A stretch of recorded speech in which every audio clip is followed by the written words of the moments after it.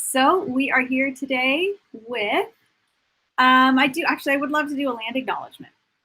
I don't know if you've had a chance to see this website. It's a fantastic website called native-land.ca. I use this with my students to sort of see where we are in relationship to the land on which we're teaching and learning. I know that I'm privileged to live and work on land of the Treaty 13, which is the Haudenosaunee and the Anishinaabe and the Wendat people. I also work and have done a little bit of work with the Chippewa on Georgina Island in Ontario. We like to refer to them as our closest neighbors and our partners in education. So I'm grateful to be working on this land. And depending on where you're from, I'm sure that all of us are on some traditional territory of Indigenous learners and leaders. And as I said, we are here on behalf of the Cobblestone Collective, and I'm going to pass it over to Michelle from the Cobblestone Collective. Awesome. Thanks so much, Kim. And yes, as Kim mentioned, my name is Michelle Armstrong. I am based in Calgary, Treaty 7 territory. So fortunate to be able to work alongside consultants like Kim, and you're going to meet Guillaume in a second as well. But we ultimately are current educators or former educators that just spend our time helping teachers like you navigate this crazy world of technology. And so I'm really here just to kind of learn alongside Kim and Guillaume, really. I'll talk a little bit near the end, but these two are the masters at CS First. Guillaume, who is hiding behind the Cobblestone Collective logo, he's going to be here posting links in the chat, but he's also the guy. If you join us for any of our CS Ed Week, CS First sessions this week, he's going to be the guy showing you all the cool coding. So Guillaume, why don't you take a minute and introduce yourself? Cool, thanks. My name is Guillaume Laporte. I'm from Sherbrooke, Quebec, thus my quaint French-Canadian accent. And I'll be in the chat today. So I used to be a teacher, a robotics teacher. Now I work in maker spaces and design thinking, collaborative spaces. So that's my deal right now. Also a consultant with Cobblestone Collective. So I think I have the best jobs in the world. Hopefully we'll be able to show you around CS First and make sure that you and your students have fun and learn a lot using it. So back to you. Awesome. And I'll go ahead and say the thank you, and then I'm going to pass it over to Kim. But these workshops, so this workshop today, in addition to all of our workshops coming up this week for students, our student co-taught lessons are all thanks to the CS First team.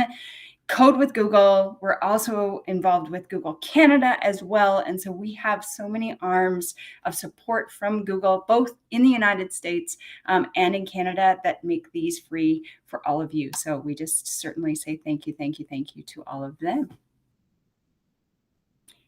And then with that, I think Kim will let you take it away. Thanks. So this is our plan for today. It's always flexible, but this is sort of our roadmap. I want to tell you that I'm excited for this workshop because this is one of the first times I've gotten to do a CS First workshop that is in fact beyond the basics.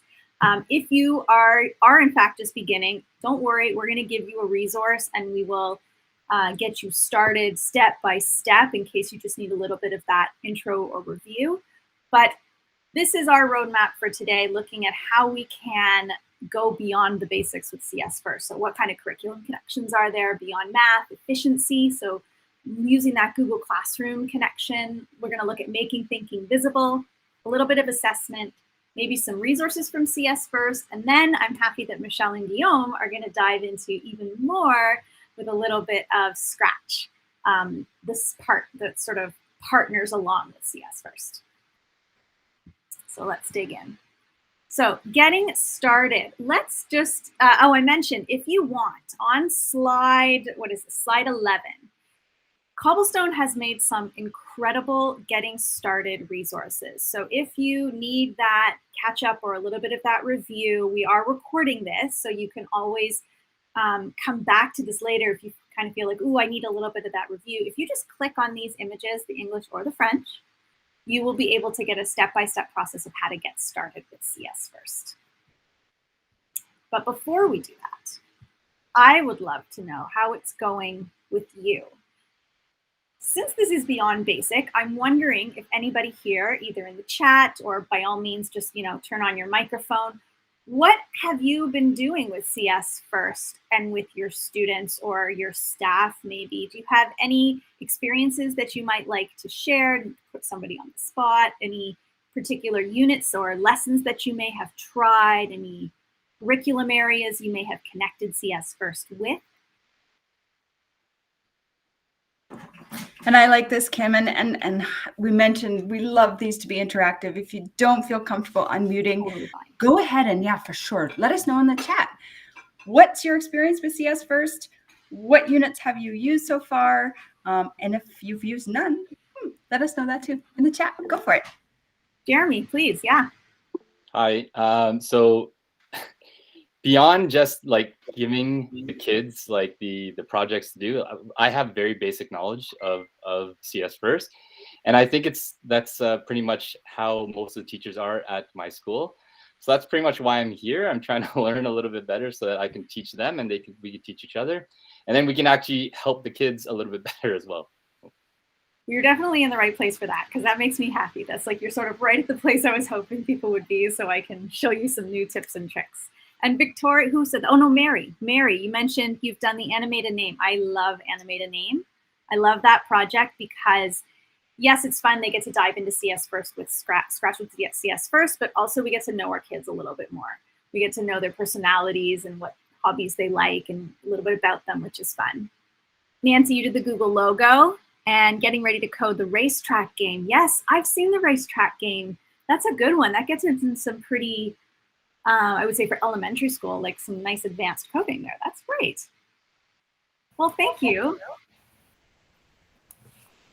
Victoria, go ahead. Hop on, just to share quickly. So for our school board, we've run a professional development session with Guillaume, which was fantastic, introducing our teachers to the CS First platform and the opportunities that Cobblestone Collective has to help them with code teaching when they want to introduce that to their classrooms.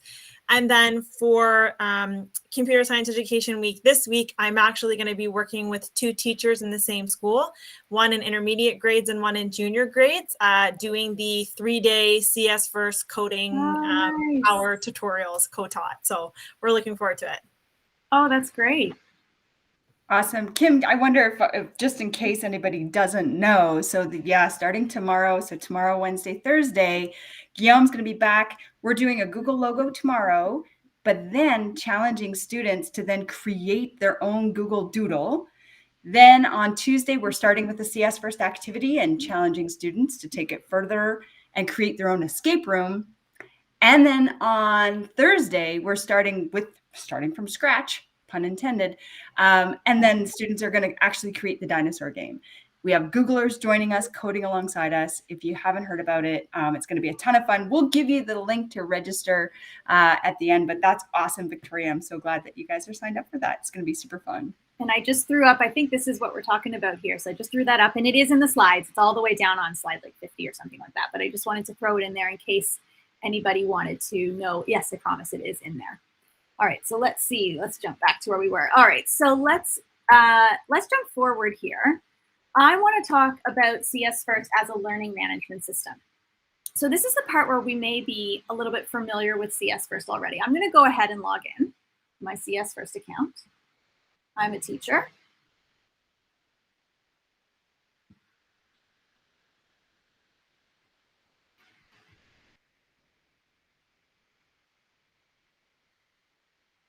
As it does log in.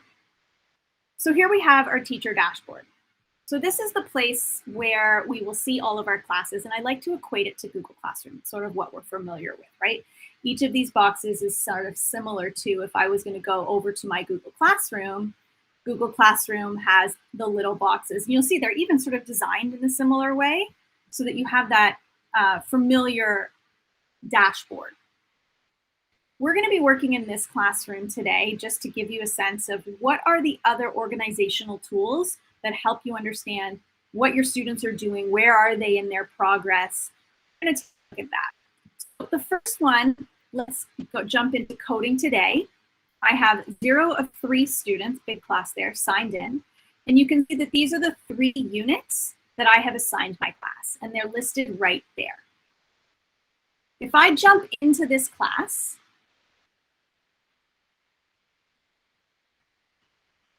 inside my class, you see a list of all of the units that I have assigned. And they're these horizontal boxes. Now, when you look closely at these, you can see these bar graphs on the right-hand side.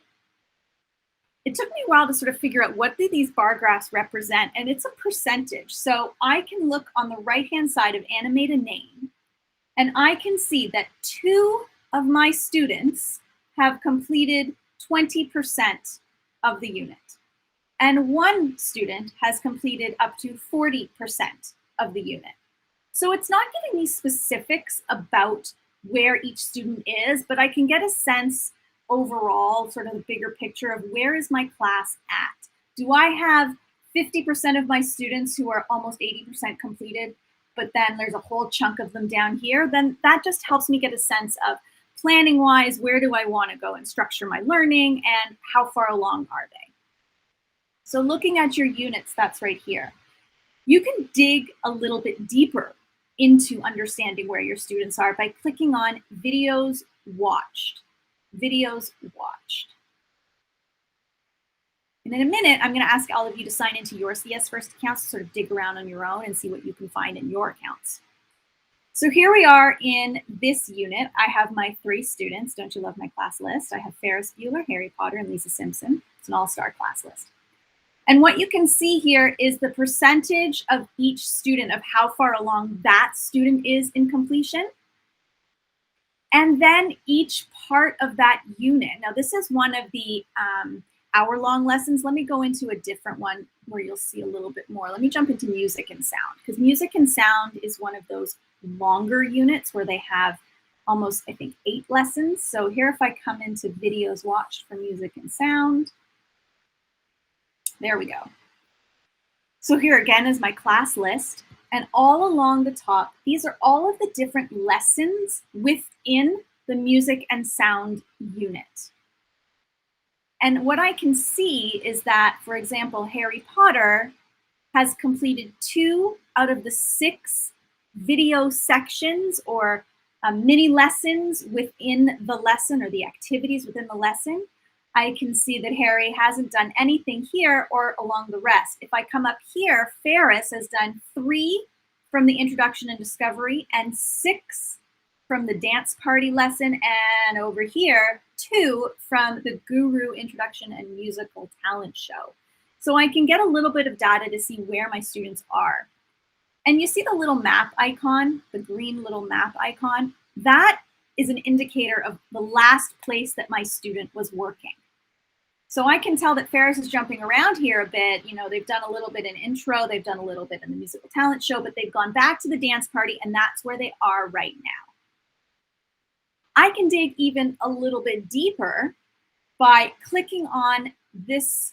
It looks like it's going to go sideways, and it is. This is not a drop down menu. This is a drop side menu. Have you ever seen that? So if I click on this, it's going to expand to the right. I'm gonna undo that for a second so you can see that again. So here you have all of the different lessons within the music and sound unit. And when I click on this 8 videos option, you can see the little double arrows there. When I click on it, it expands to the right, and now I can get even more data. So I can see that Ferris, the last video they watched was right here, Remix the Dance Party Starter Project, and it identifies which specific activities within the lesson Ferris has seen. So it's getting a little bit more granular. And if you want to try and think of it visually in your head, it's like, I think of them umbrellas. So you have, these here are the smallest umbrella. These are your activities. Within the dance party, which is the umbrella above that, which is the lesson. Within music and sound, which is the unit. So it goes unit, lesson, and then activity is right underneath. And that is how you can take a look at the overall progress of where your class is. So once again, if I go back to my dashboard for this class, I can see, here we go for music and sound unit. I can see the progress. Did I freeze? No, okay, I can see the progress of where my whole class is. If I dig into videos watched, I can now see, digging a little bit deeper, the progress of where my class is within each lesson. And then if I dig a little deeper into a lesson, I can see the individual activities and which ones they've done and where they've left off. Any questions about that before I show you one more thing? And then I'm going to get you to jump into your account. Because we can dig in a little bit more even. We can dig in one more time. Okay. So we've looked at the unit progress, the lesson progress, the activity progress within a lesson. We can dig down once more. I can click on an individual student and see what that student has done for their work. So if I go ahead and click on Ferris's name right here, oops. Oh, maybe I can't.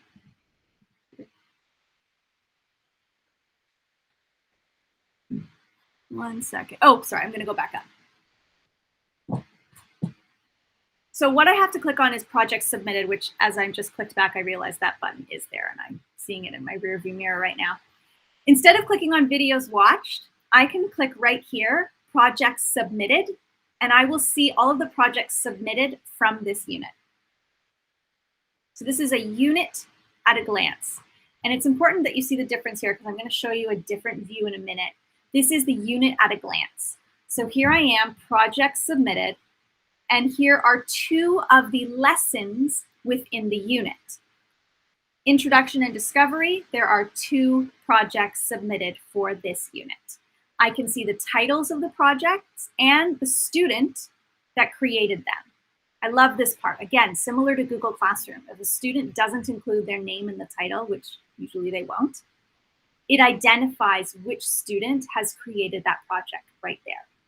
Hey, Kim, And, yeah. Are you able to just zoom in just so that we can see the font just a tiny bit bigger? Thank you, Sandra, for mentioning that. Aha, there we go. Thank you. Great. Thank you. So here we have the title of the activity or the project that the student has given to the project, but it indicates their name underneath, so we know who the project belongs to.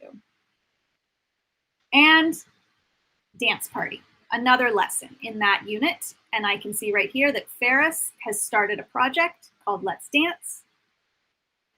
So once again, if you'll see at the top here, I'm under projects. Sorry if you can hear my kids in the background.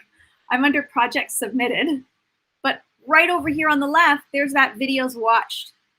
So this is how I can see different versions of progress of where my students are. So there's videos watched, and just to the right, projects submitted, I can see this, or one more way down, I can see an individual student's contribution for the unit. But for now, let's keep that sort of whole class view. Here's what I'd love for if everyone could give it a try. Let's jump to slide 20 here. This is where I want you to sort of dig in a little bit. I would love it if you could, in another tab, open up your teacher dashboard in CS First. So you'll visit csfirst.com and or CS First with Google.com. Something is wrong there. As I'm thinking about it, like, it's not Google, it's with Google. I want you to open up one of your classes in your dashboard and click on Projects Submitted and take a look at the projects that your students have submitted for that unit. Let me know how many are untitled, because odds are, if your students are anything like the students I work with, it's so easy for them to forget to title their Scratch project. So again, what I'm asking you to do is to jump into your dashboard in CS First, so you'll log in with your account. Open up one of your classes, maybe you only have one class, which is totally fine, and take a look at all those pieces that I just shared. So 19 untitled. Can anybody beat Jeremy? It's like the auction you don't want to win. And then Kim, I wonder too, I'm just going to jump in, and I love how we're talking about the connection with Google. Oh, I think we're losing you, Michelle. Oh, really? Oh, you're back. You're back? You're back. Am I back? Oh, good. No, but I just want to comment just on how, even though it is similar to Google Classroom, it's so great. Even our Microsoft districts are able to use CS First. We can have students logging in with anonymous usernames and passwords, but we still see all of that in the dashboard as well, regardless of how our students are logging in, right? I can point that out, actually. Awesome. While everyone's counting their untitled. Yes, while everyone's counting their untitled projects. You can see right here, this unit, or sorry, this class was built through a link to Google Classroom. So I imported my class roster from Google Classroom when I created this class. Versus this one just to the right, this one was created with Google Accounts and a link or a class code. The third way, which I don't have any at the moment, which I love this part about CS First, is you can have completely anonymous accounts created, which is the most secure. Not that it's not secure, it's a very secure platform, but just the nth degree of security. You could, if you wanted to, create a class with anonymous usernames and passwords, and everything is completely secure, and students are only going to be logging in with a unique username and a pretty creative but unique password. And I saw there was a question from Sandra. You can go ahead. Yeah, Sandra, go ahead and unmute if you'd like to ask your question, for sure. Yes, my question is, I just opened the CS First, and my question is, how do I add lessons to the classroom? Like, I have my classroom imported from Google Classroom. How do I add projects or lessons or units to my classroom here? Where do I find that? Absolutely. Thanks for asking, Sandra. And Lisa, I can answer that question as well in just a second. So Sandra, are you asking how do I add the units that I was talking about, like music and sound and animated name? How do you get those units into your class? I'm sorry, I'm muted you, Sandra. There was echo, so I didn't know there was another question coming. So unmute yourself again. That's my fault. Sorry. Or that's okay. No. And I think, Kim, all of that information is in that teacher's guide. And I know, we want to kind of take this a bit further. Yeah. So Kim, I think maybe speak to that probably anyhow. Because I think that was the question. Yeah, just really quickly, Sandra, if you want to add those units, all you have to do is click on curriculum at the top, and you'll find all of those units right there. And it's a simple add to class button. So once you click on the add to class button for any of those units that you're interested in doing with your students, you just click add to class and then check off the class that you want to add it to, and then it's connected to your class.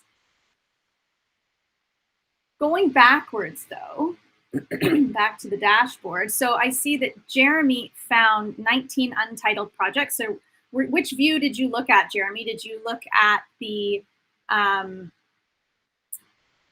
did you have a situation where, and I'm going to jump back in here, projects submitted. Did you have all of your projects under introduction and discovery, or do you have kids submitting projects under multiple lessons? So I only had one. I only had the interactive presentation. Yeah. And then I clicked on project submitted. Perfect. And then, then it shows all of their. I click on interactive and it shows all of their all their projects and all of the untitled ones. On all of the untitled ones, exactly. That's great. So that's how you can see all of them at a glance for a project. I'm going to show you a different way that you can take a look at your student work. Sometimes you want to look at, here's a unit I'm teaching, what are all of the projects submitted by my students for this unit? But other times you want to look at a student at a glance. So not just what did Ferris do for this particular unit, but what has Ferris done overall beyond this one unit? So I can look at a unit at a glance and see what all of my students have done for this unit. I can see what Ferris alone has done for this unit. Or I can go to a different page in CS First and I can see everything that Ferris has created completely. So as I go there, and then Lisa, I'll answer your question, I'm going to head back to the main page for coding today, the name of my class. And instead of clicking on a unit, because I don't want to go a unit at a glance, I want to go a learner at a glance, I'll click on the people tab at the top. So I'm switching views from unit to people. And now when I click on Ferris's name, or this little clipboard on the right-hand side, I can see every single project that Ferris, a student in my class, has done, whether it has been created connected to a unit I've assigned, or if Ferris has just been creative and has decided to create on his own outside of a unit. And that's what these playground projects are called. One of the reasons I love CS First is it gives students an opportunity to direct their own learning and personalize their own learning, because they don't only have to use starter projects connected to a unit that we've assigned. They can go and create from, pun intended, from scratch, but I can still see what they're doing. And we all know that's so important, right? We want to be able to see how our students are working, be able to take a look and provide them with feedback. So this is a great view. Again, I went into my class and I clicked on the People tab, and I can click on any of my students and I can see what projects they have created connected to any unit in CS First and on their own. So what I would love for you to try right now is to take a look in your CS First account. I'm going to jump down to slide 23 here. I want you to go to your People tab in CS First, click on one student's name. Now, it's important when you do that you click on the right part. So if I go back a tab here, I don't want to click on their actual name so that a pencil appears. Nothing bad will happen, but all it's going to prompt you to do is edit their name. So instead of clicking under the name column, I want you to go to username column or the clipboard all the way on the right-hand side. I would love it if you could take a look at a student at a glance. And let me know if you have any students who have a playground project. Do you have a student who may have been creative and taken initiative and just tried to start a project on their own? Or what sprites are you seeing? Or is it all the cats? Or do you have some students who have tried another character or sprite? I'll give you a second to go ahead and take a look at that. And while I'm doing that, while I'm giving you a chance to do that, Lisa, the answer is, can you create one CS that is imported from more than one Google Classroom? No. So Lisa, when you create your class, you have to import one Google Classroom roster. You can create multiple classes, but once that Google Classroom is associated with a CS First, with a CS First class, you can't then create another CS First class for that group of students in that Google Classroom. So if I want to have, like I have a grade 5 and a grade 6 Google Classroom. Yes. But if I want to have them all under one CS First, they can see each other's projects and things. If I were to do it as a sign-in, where they have classroom code. Yes. So you're going to want to. Sorry. Can I still assign things back to a Google Classroom? So the answer is yes. You just have to decide how you want to do it. My advice for you is, if you are in Google Classroom, and are you saying you have one classroom for your 5s and one classroom for your 6s? Correct. Okay. So my advice to you would be, don't create your CS First class connecting Google Classroom. I would not do that. Instead, when you go ahead and create your class, I would recommend, when you create a class, you should not be creating it with a Google Classroom, because it's going to create two different. Actually, I've never done this before. Has anybody else done this? I just tried it, and I actually have 3 because I have an online class and my grade 5 class and my grade 6 class, and Does it create one combined? It created 3 separate ones when I clicked off 3. Okay. So instead, what I would recommend for you, for that efficiency piece, because you don't want to have to jump in and out of different classrooms, you'll use this option at the bottom here. you'll create a class without using Google Classroom, and you'll select this first option. Yeah. I'm trying to zoom in here. Yeah, no, it's okay. I got that. I just did that. That's what you're going to use. And what that means is your students will still log in with their Google account. So it's still just one simple click with their Google account. And they'll just have to use a class code, or you can even give them a link, a join code the first time, which will be like this. But I can't then, because I know if they join with Google Classroom, I can post things onto Google Classroom. You can. If they join that way, the way you just said, can I post onto Google Classroom? Yes, you can still create an assignment in Google Classroom. Okay. And you can include a link in Google Classroom back to CS First. Okay. But the special link where you can attach assignments to Google Classroom the way you can when you create it through Google Classroom will be different. Okay. All right. That's what I want to know. Thank you. So it's kind of like you got to weigh your pros and cons. Do I want to have two classes or one? Yeah. There's another workaround. Yeah, go for it. Might not be the best option, but you can always create a new Google Classroom that would include your students from 2 different groups into a kind of a temporary Google Classroom. It's just for CS First. So you could call it CS First grades 5 and 6. And then you would use that Google Classroom to assign your projects if that works. So it might be a solution. So it's an extra Google Classroom, but it gives you all the functionalities of posting your assignments and then following along your students' progress at the same time. But it does give you an extra classroom. So I'm not sure if we save time by doing so, but it's another thing to try. Yeah, appreciate that. I think I'd probably lose some kids if I did that one, but Yeah. it's a definite option. Thank you. And Mary's just asking, where do kids go to create those playground projects? You know what? I'm going to slide this over and reveal. Oh, behind, I have another account right here. This is a student account. If you see the yellow banner at the top, this is a student account. This is, I believe, Ferris's account. Potentially. Yeah, this is Ferris's account. So if I go into, I'm just going to go to CS First right here. As a student, it's the same way as a student and as a teacher. You can both create playground projects. Both of us see teacher account on the left, plus sign, student account on the right, plus sign. When I click on this plus sign, if I click on new project, that's going to create a playground project as a student.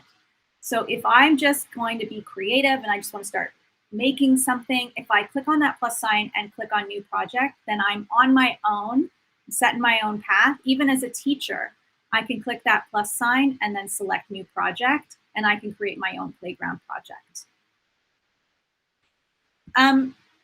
Since we're talking about Google Classroom, let's dive into that, because this is probably my favorite part of efficiency when you're looking at when you create your class with Google Classroom, you have the opportunity to view student work in CS First, like I've already showed you, but also in Google Classroom.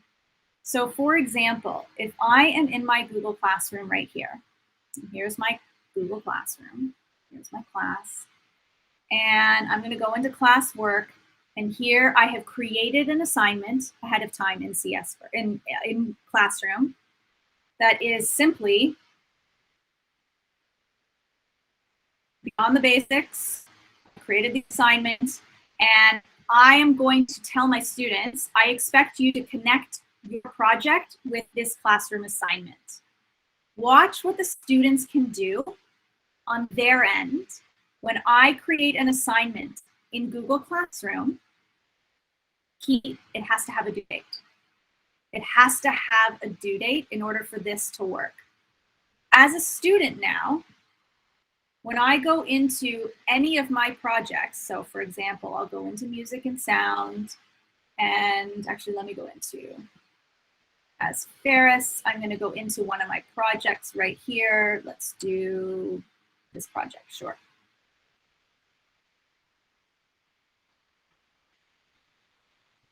And So as that's loading, Kim, just as that's loading as well, I just want to make sure everyone, if you are a little bit more new to CS First and this is kind of like, whoa, what's going on?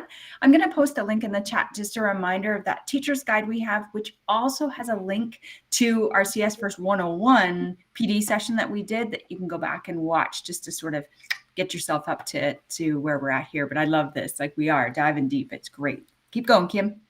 All right, so here's Ferris's project. I want Ferris to attach his project to that assignment that I gave to my class in Google Classroom. So I will ask my students to click Share to Classroom.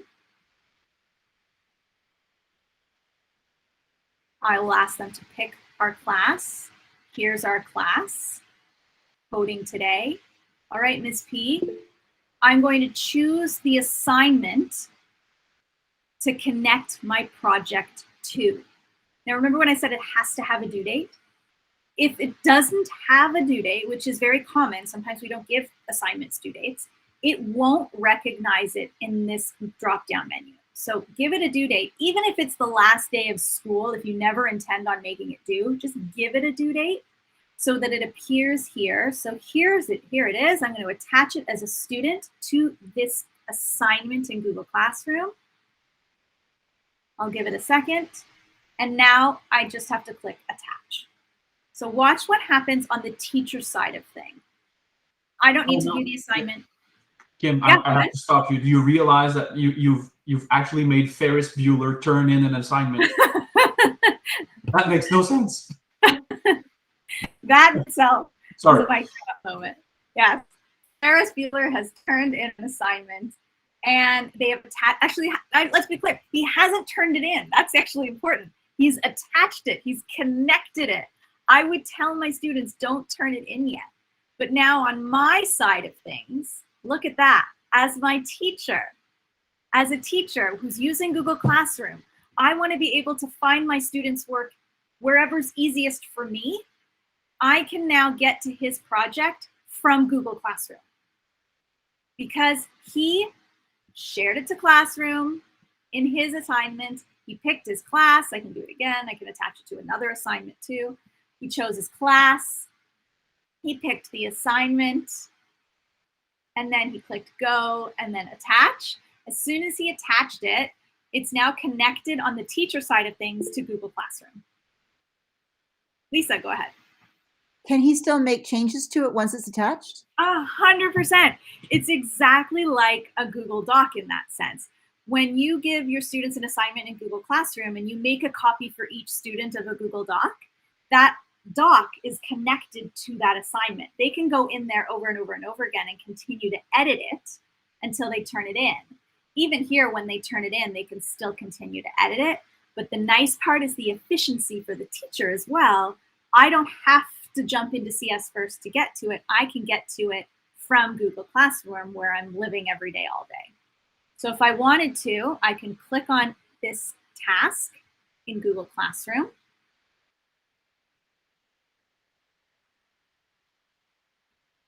And I can see his work.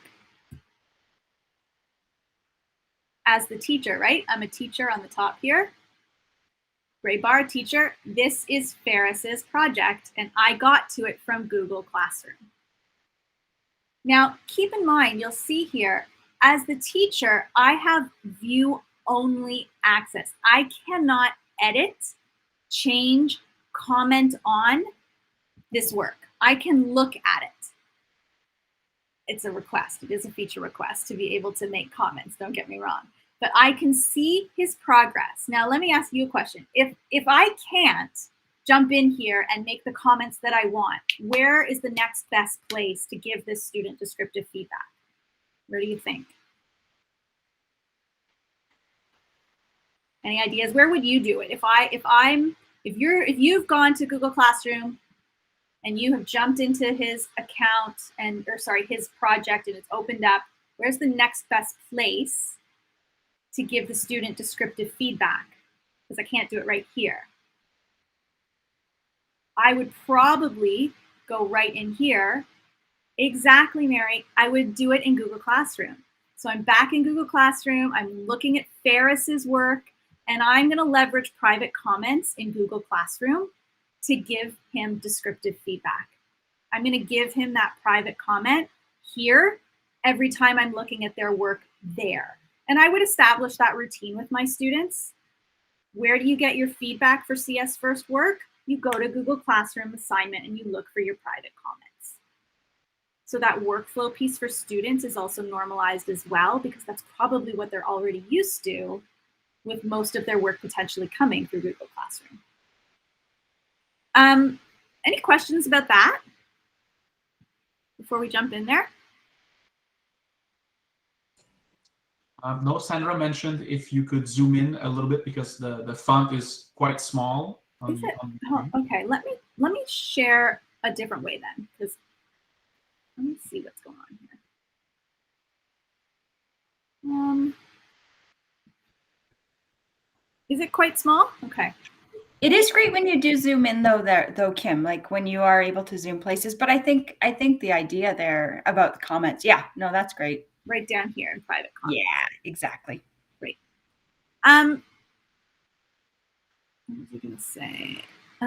Okay, so what I would love for you to do, I want to set you up for success. Do you want to jump into your own Google Classroom right now? I would love it if you could create a quick assignment, because if your students are using CS First, if you were to create an assignment in Google Classroom right now, as simple as mine, create an assignment, and it could simply be a test assignment, or it could be animate a name if your students are already working on one of them. It could be music and sound. You could leave a couple of instructions, but the key here is give it a due date so that when your students go and attach it, it will show up. If you want to do that right now, I'm actually second guessing that because I think I want you to try something else first.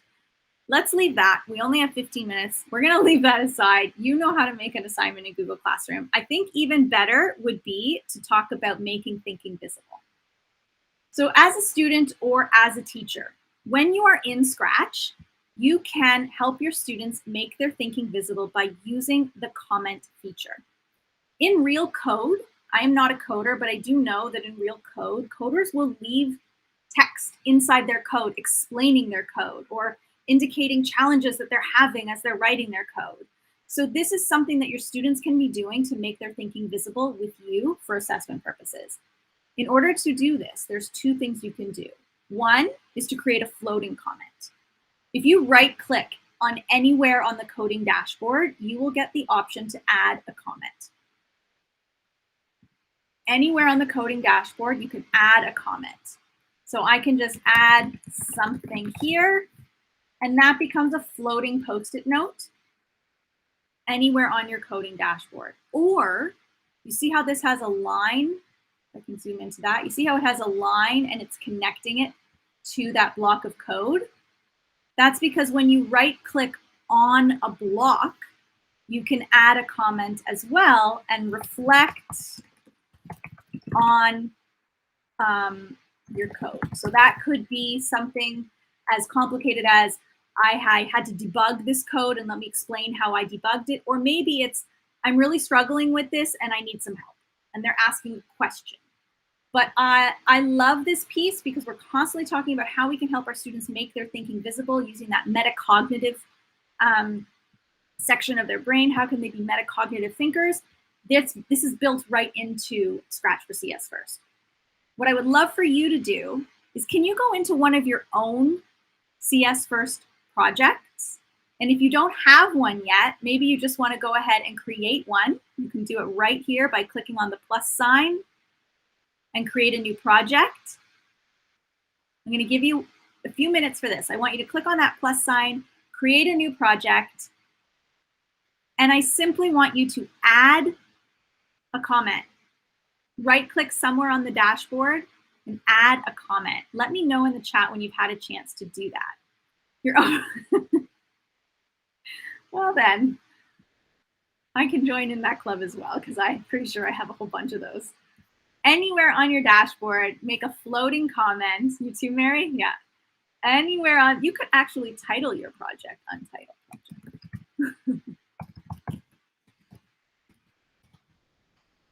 I want you to add a comment, either attached to a block or a floating comment.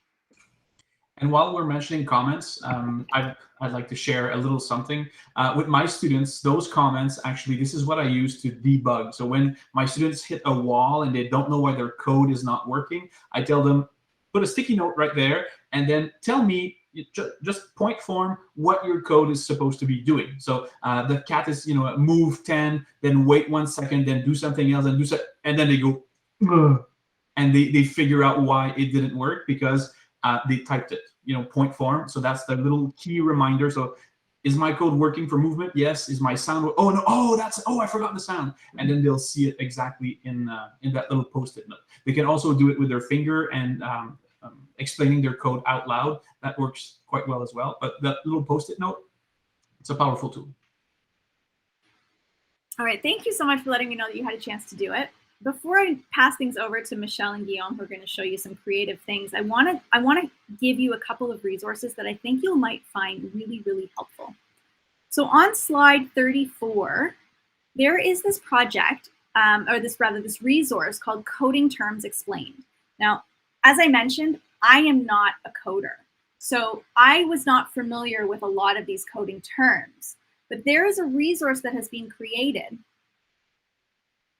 that has all of the coding terms now, especially for those of us who are in Ontario. I know not all of us are from Ontario, but a bunch of us are. And even if you're not from Ontario, all of these terms are applicable to coding in general. They just happen to be mentioned in the curriculum from Ontario, if it ever wants to load.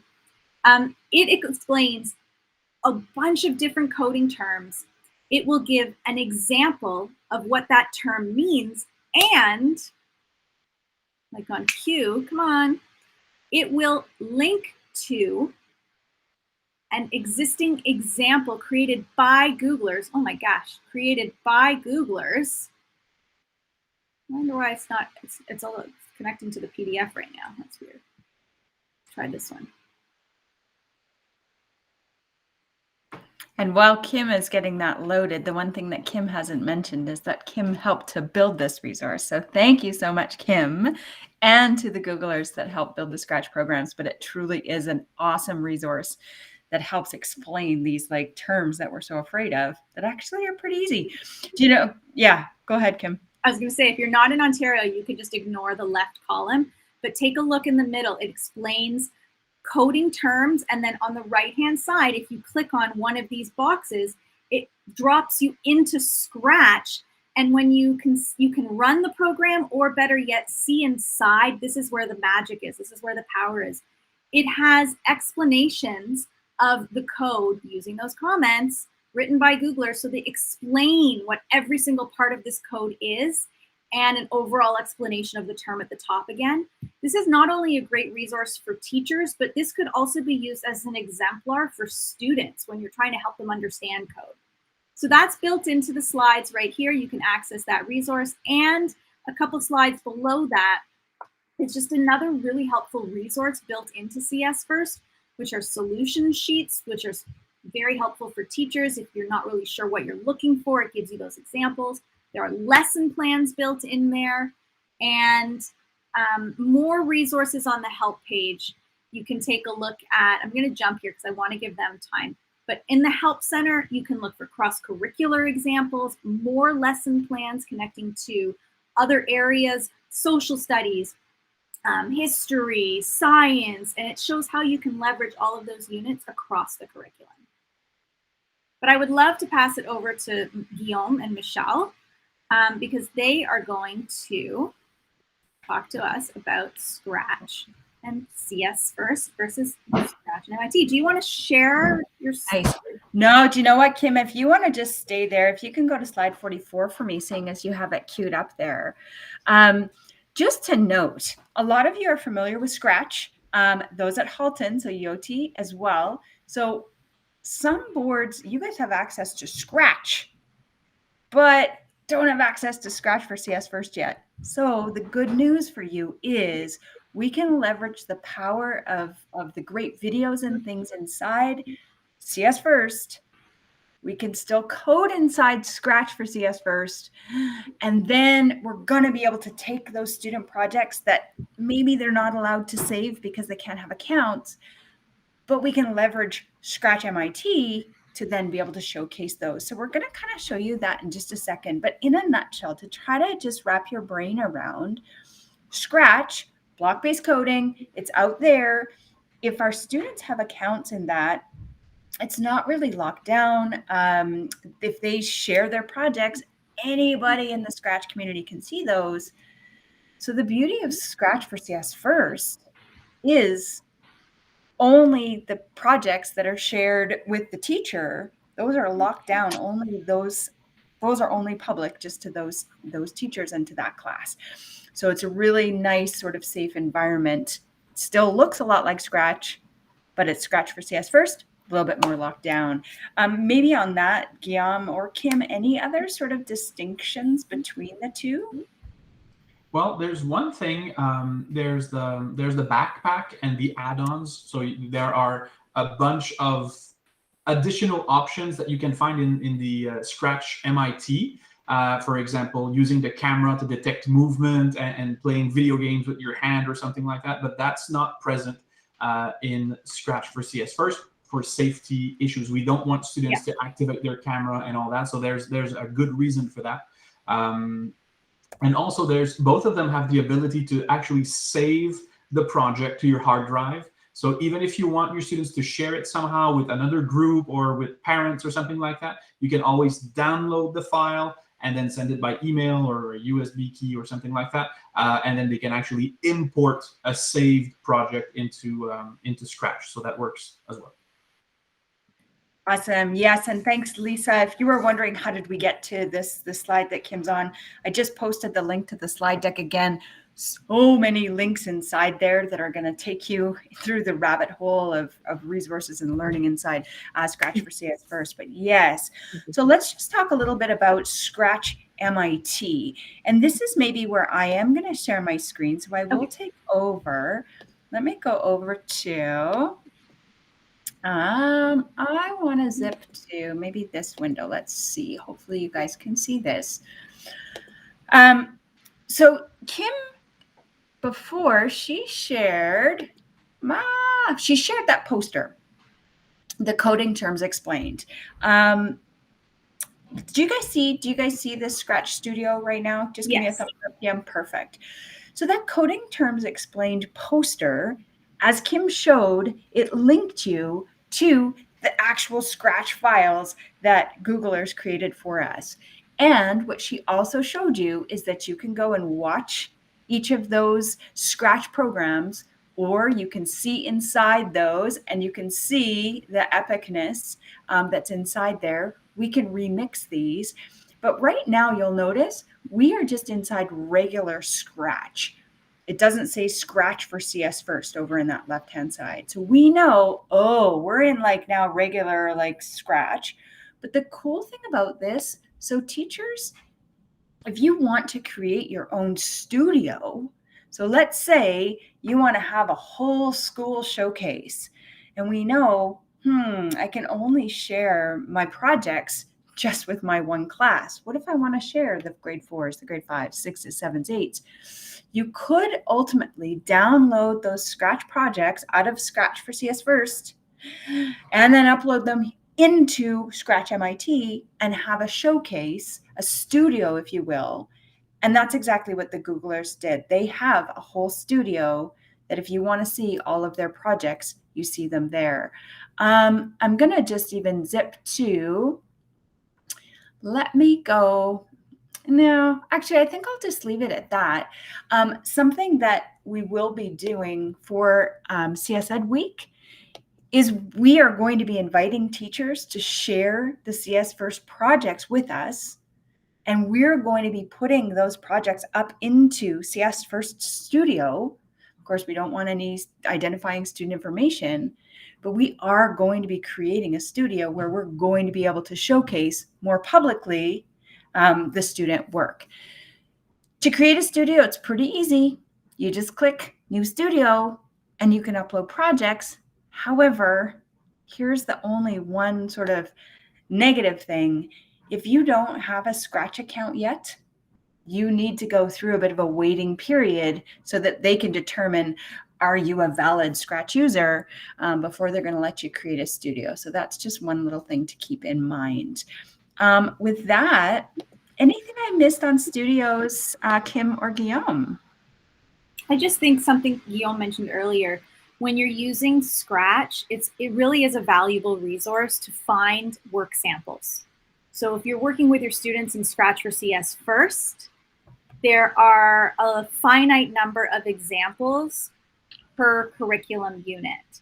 But if you, as the teacher, go into ScratchMIT, there are thousands and thousands of examples of code that you can save any of those projects to your computer, and then you can show it to your students by uploading it to Google Classroom. And they can all see those examples. So it's a really valuable resource for you as a teacher. Yeah, definitely worth checking out. Guillaume, go ahead. Yeah, I had a flash earlier, Kim. I didn't want to interrupt you, but when we said, when we were talking about giving comments in Google Classroom, I think maybe we could use a rubric. So when we create the assignment, if we included a rubric, then we wouldn't be able to give you specific comments. But if you have a rubric, you would be able to, assign points or use the rubric to give pre-made comments instead of numbers. So that might be a little option that we could play around. I've never used it, so I just had the flash earlier. Yeah, absolutely. On slide 32 in our slide deck, not that I'm just looking at it right now, there's a reminder of that you can use rubrics in Google Classroom to assess your coding projects as well. I think we're actually just out of time. So I want to jump down some really quick reminders. CS Ed Week with CS First. There's a link on slide 50. I know the link to the slides are in the chat. If you want to register, please go ahead and click on that image. An hour of code with CS First. There's a sign up form in there as well. And please, if you have any questions, we would love it if you could reach out to us. There's always somebody on the back end of that helpline, whether it's me or Guillaume or Michelle or anybody. We'd love to have you send us your questions. We want to keep helping you. And if you get a chance to send us some feedback, it's always helpful so we can better support you in the future. Fabulous. Yes. And thank you, Kim.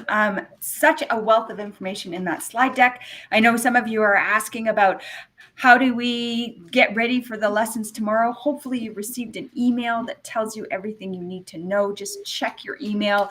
But you know what? Even if you have nothing set up, Guillaume, the masterful Guillaume, is going to show your students how they'll be able to save even if you haven't set up your CS First class. So come and join us. We'll be your co-teachers for an hour alongside some Googlers and have a whole bunch of fun. So with that, thank you again, Kim. Thank you, Guillaume. Thank you all of you for being here in your evenings, spending time with us.